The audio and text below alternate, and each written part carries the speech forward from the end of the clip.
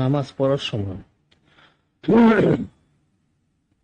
অমনোযোগী হয়ে কত রাকাত পড়েছে তা ভুলে গেলে কি করণীয়?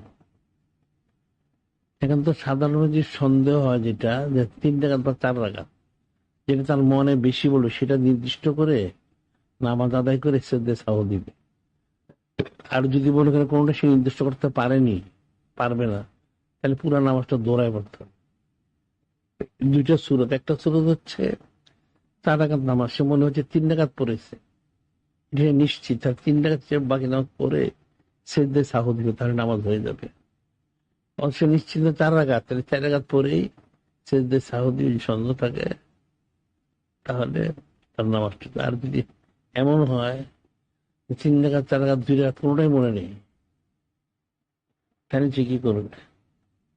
তাহলে বসে তাকে নামাজটা ছেড়ে দিয়ে কৃত্রিম দৌড়ায় আদায় করতে হবে।